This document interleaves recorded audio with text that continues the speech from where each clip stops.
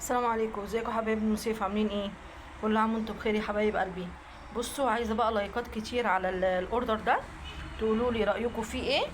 تمام، وكومنتات واشتراكات في قناتي.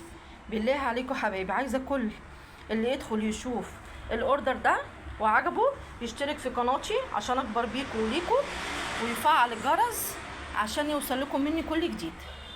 تمام يا حبايبي، بصوا بسم الله ما شاء الله تبارك الرحمن، ونبدأ ونقول اللهم صل وسلم وبارك على سيدنا محمد وعلى آله وأصحابه أجمعين. ده أوردر النهاردة يا حبايبي. عملت مسقعة، بصوا بسم الله تبارك الرحمن أهي. عملت مسقعة، وعملت صينية جلاش، وعملت فراخ مشوية في الفرن، وعملت محشي بتنجان وفلفل. تمام يا حبايبي، او زي ما انتم شايفين كده، بسم الله الله اكبر. بصوا المسقعه دي انا عملتها ازاي. قشرت البطاطس وقشرت البتنجان وحمرت البطاطس، بعد كده حمرت البتنجان ورصيتهم فوق بعض في الصينيه، بعد كده حطيت عليهم الفلفل. تمام، بعد كده جبت فصين توم وحمرتهم، ونزلت عليهم بشويه خل، معلقتين 3 بيدولها تيست حلو جدا ومزازه كده جميله. تمام، حمرت الثوم وحطيت عليه معلقتين 3 خل، ونزلت عليه بالطماطم وتبلتها وحطيتها على المسقعه. تمام يا حبايبي، بعد كده حطيتها شويه من فوق على النار، بعد كده دخلتها على الشوايه وبقت بالمنظر ده. تمام، صينيه الجلاش عصقت اللحمه عادي زي ما احنا بنعصقها، زي ما اي ست مصريه بتعصقها، وحطيت الجلاش ما بين كل رق سمنه، ادهن سمنه ما بين كل رق، ادهن سمنه، وحطيت اللحمه في النص.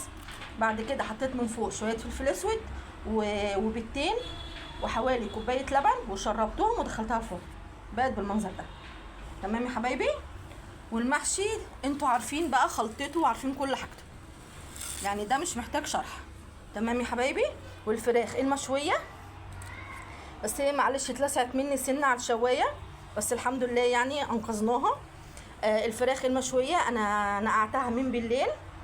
حطيت حوالي نص كيلو طماطم، على ليمونتين، على حبهان قرن فلفل حامي او بارد حسب الرغبه، حطيت بصلايه كبيره، حطيت توم مع الطماطم وشويه ميه صغيرين، وحطيت حوالي نص يعني ربع كوبايه كده زيت زيتون، ونقعتها من بالليل في الخلطه، وطلعتها سويتها شويه على النار، بعد كده دخلتها في الفرن وبقت بالمنظر ده حبايب قلبي، وطعمها تحفه، مفيش احلى من كده بامانه ربنا.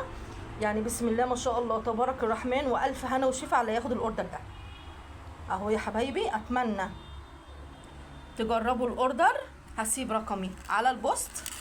تمام يا حبايبي، هسيب رقمي على البوست عشان اللي عايز يتواصل معايا ويحجز اوردر عينيا ليه.